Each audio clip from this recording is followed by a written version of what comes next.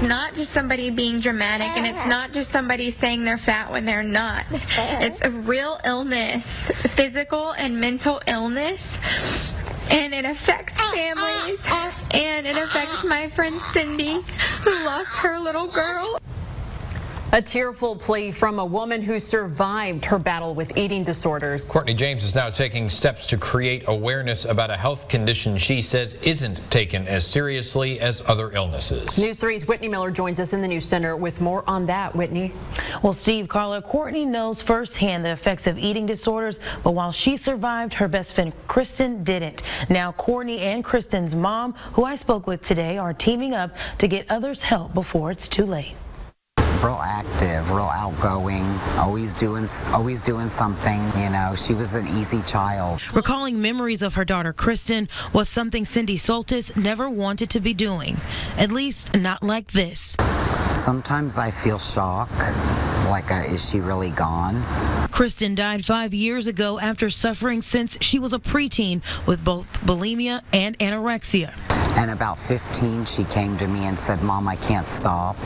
That same year, she started treatment, and for the next 10 years, she was in and out of the hospital. She was purging so much that her electrolytes would drop literally in a day or two. Wow. So it was really rough towards the end. And Cindy says getting adequate care was even more challenging. We would come home and there's nothing in this area. There's no support, you know, for somebody with an eating disorder. Dr. Edward Tyson says eating disorders are an illness that is both behavioral and physical, and experts on those two sides don't know enough to handle it. Psychiatry doesn't want to deal with the medical doesn't want to deal with the psychiatry or psychological aspects, and so these patients can be caught in a medical no man's land. He says because of that lack of training on the illness, doctors may take on average 5 years before they diagnose a person, which is why Cindy wants to warn parents to check for signs early.